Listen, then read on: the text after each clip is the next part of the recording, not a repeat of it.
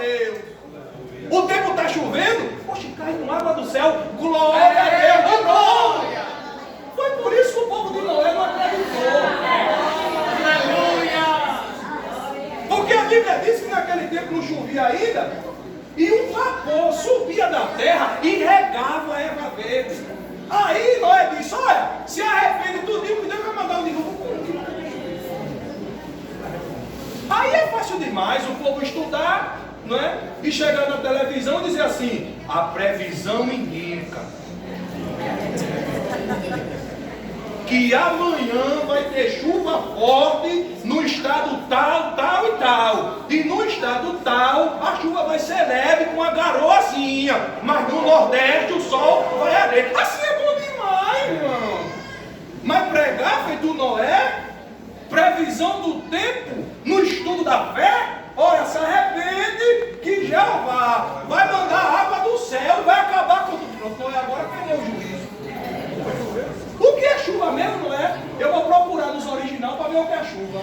Porque a água que a gente conhece é a do mar e esse vapor que sai da terra. Pois bem, depois de 100 anos, a Bíblia diz que Noé entrou na arca, fechou por dentro e Deus selou por fora. Agora vamos ver o que é chuva. Mandou chuva do céu, porque Ele é grande, Ele é poderoso e o mundo dele.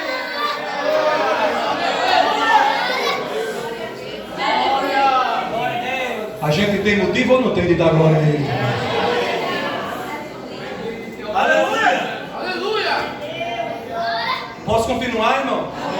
Então, o primeiro motivo que nós temos para louvar ao Senhor é em reconhecimento da sua grandeza. Segundo, em reconhecimento do seu poder criador.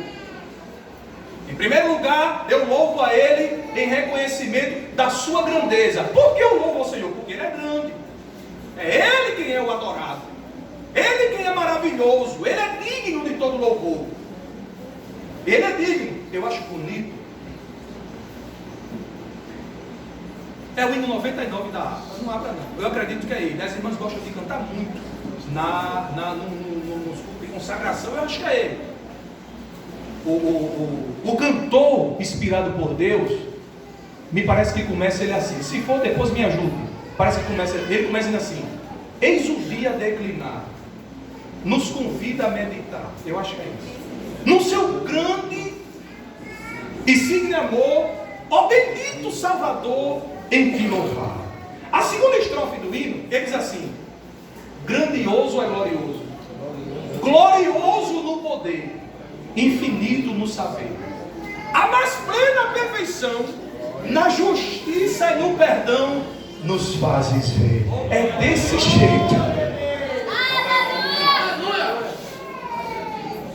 Glória ao teu nome. Glorioso no poder, disse ele, infinito no saber, a mais plena perfeição. Se algo mais perfeito, tudo que é perfeito está nele, irmãos. A mais plena perfeição, na justiça e no perdão, nos faz viver.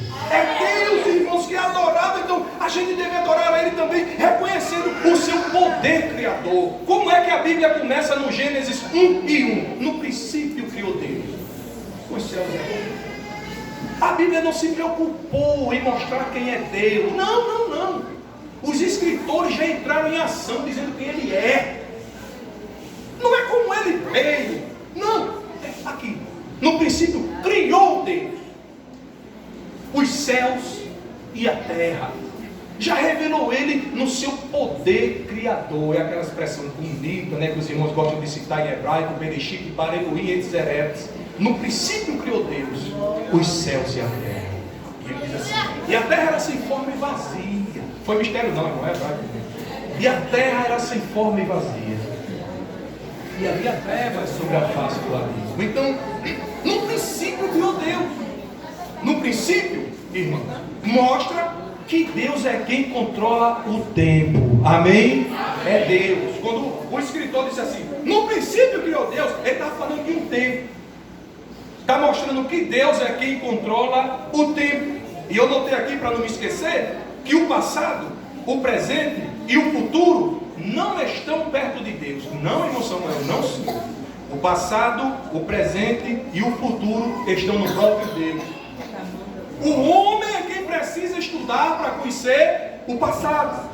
É por isso que a gente estuda história, para conhecer o passado. Se atualiza para entender o presente. E através dos estudos, entender o que vem à frente. Então, nós é que estamos distantes do passado e muitas vezes até do presente. E do futuro é que não se fala. Agora Deus não. Em Deus, está o passado, o presente e o futuro. Se Deus quiser ir no passado, Ele não sai do canto. Ele já é o próprio passado. Se Deus quiser entender o presente, no canto Ele fica. Ele já é o presente. E se Ele quiser ir no futuro, o futuro já está nele, porque o futuro depende dele. Diga amém por isso. Apocalipse capítulo 1, versículo 8 fala disso. Deixe-me adiantar porque meu tempo chegou. Então, no princípio mostra que Deus é quem controla o tempo. Nada foge do seu controle. Nada foge ao seu controle. É Ele quem controla a sua criação. Diferente de uma teologia chamada de teologia relacional, que esses teólogos dizem que Deus criou, formou suas criaturas e depois deixou assim abandonada. Não se interessam por ela, não, irmãos. Isso é uma teologia errônea. Isso não é bíblico. Deus, Ele criou todas as coisas, mas Ele cuida. Ele sustenta todas as coisas pelo seu poder. E uma prova disso, irmãos, está no Salmo de número 19, os versículos de número 1 e ao versículo de número 4. O salmista disse assim: olha, irmãos, os céus manifestam a glória de Deus, e o firmamento anuncia a obra das suas mãos. O versículo 2, eu acho muito bonito isso aqui.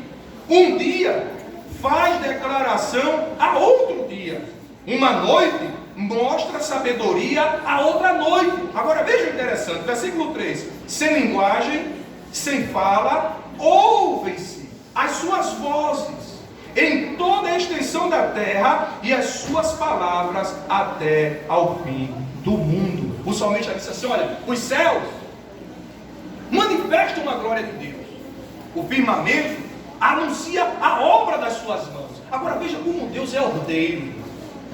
Veja como Deus é ordeiro. Porque diz assim: um dia faz declaração a outro dia.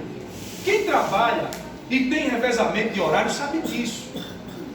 Quando termina um turno, uma equipe está largando e a outra está pegando. Aquilo foi determinado pela direção da empresa. Mas tem que ter alguém para determinar aquilo ali, para estabelecer aquilo ali. E aquilo ali pode ser quebrado, porque o chefe pode chegar e dizer assim: tu vai passar um pouquinho do horário, a gente vai fazer uma hora extra, né? A gente que passa por fábrica sabe que existe até uma expressão chamada o dobro. A gente vai 24 horas, sai de 7 da manhã, chega no outro dia de 7 da manhã de novo, trabalhando 24 horas. Mas Deus, quando criou o mundo, Deus, do jeito que é o rodeiro, irmãos, Ele disse assim: olha, Ele criou o sol, né? Disse assim: você vai governar o dia e a lua vai governar a noite. Mas a Bíblia diz, o salmista diz assim: um dia faz declaração a outro dia, e uma noite mostra sabedoria a outra noite. Agora como? Diz o salmista: sem linguagem, sem fala, ouve-se as suas vozes. Deus criou o mundo, estabeleceu dia, meses e anos. Mas Deus não colocou um encarregado, nem um supervisor para dizer assim: olha a segunda, amanhã é terça, viu? Olha a terça, amanhã é quarta. Olha a quarta, amanhã é quinta. Olha dia, agora é noite. Não, Deus não colocou não. Deus, quando criou, disse assim: você é noite. Quando chega a hora de ir embora, você não fique não, vá-se embora que o dia vai aparecer. Agora, sem linguagem se fala. Uma noite mostra a sabedoria a outra noite. Agora a gente entende porque aqui é noite e no Japão é dia. Porque quando a noite aqui estiver indo embora e o dia for amanhecendo, no Japão, a noite daqui do Brasil grita para ela lá. Ninguém escuta. Sem linguagem, sem fala. Ninguém escuta nada. Mas a noite daqui está falando para o dia lá. O dia lá está falando para a noite aqui. Vai entender Deus? Sem linguagem, sem fala, ouve. silencia a sua voz. Um dia faz declaração a outro dia. Uma noite mostra sabedoria a outra noite. Sem linguagem, sem fala. Foi Deus que estabeleceu, foi Deus que tudo criou. Ele tem o controle, irmão, de todas as coisas nas mãos dele. Diga amém por isso. Chegou meu tempo. Mas me permita concluir dizendo o que ele disse a Jó. Um dia Jó se perturbou e ficou agoniado, fez um bocado de questionamento a Deus, e Deus disse assim: quem é esse que faz tanta pergunta a mim sem conhecimento?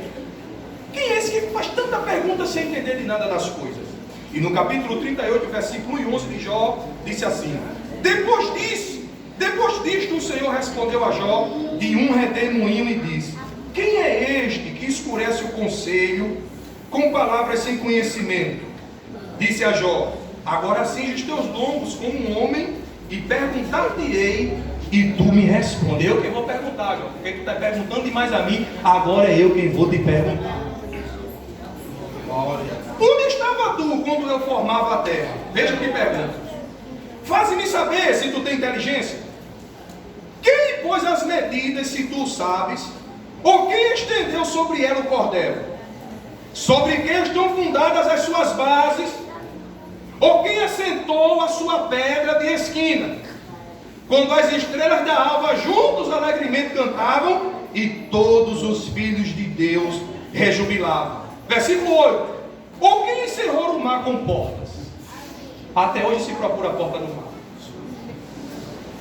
Até hoje se procura a porta do mar e ninguém encontra, né? Os cientistas encontraram aí uma tal de placa tectônica. Acharam bonito, gravaram o hino também com placa tectônica. Eu não vou ser contra a ciência, de jeito nenhum. Mas eu fico com a Bíblia. Em vez das placas, que claro, podem existir, eu fico com as portas que a Bíblia diz. Deus colocou uma porta no mar. Por quê? Porta fala de limites. Em porta fechada a gente não entra. Para a gente entrar, a porta tem que se... Então Deus pôs uma porta no mar. E diz assim: quem cerrou o mar com porta? Quando transbordou da sua margem, quando eu pus as nuvens por sua vestidura e a escuridão por envolvedouro, quando passei sobre ele o meu decreto e lhe pus portas e ferrolhos, e disse: até aqui virás e não mais adiante, e aqui se quebrarão as tuas ondas empoladas. Deus disse assim: onde era que tu estava, Jó, quando eu criei esse mar tão grande, essa imensidão de água? E quando eu criei ele, Jó, ele saiu desesperado, arrebentando tudo. Eu digo: epa, coloquei uma porta para ele ter calma. Ele que forçaram a porta, eu coloquei um ferrolho para ele não abrir. Tu sabe o que foi que uma vez, Jó, virou uma onda e passou por cima da porta? Passou por cima do ferrolho. Aí eu cheguei na beira da praia e disse assim: até aqui tu vai vir, e daqui tu não passa, porque aqui eu quebro as tuas ondas empolgadas. Eu ponho limite na minha criação, Jó. Agora imagine você nessa noite aqui. Se Deus põe limite no mar, que é tão grande, Ele não vai colocar limite na minha e na tua vida, na minha e na tua provação, na minha e na tua dor, no meu e no teu problema. Tudo tem limite, porque tudo está sobre o controle da mão do Deus Todo-Poderoso. Que Deus abençoe a igreja.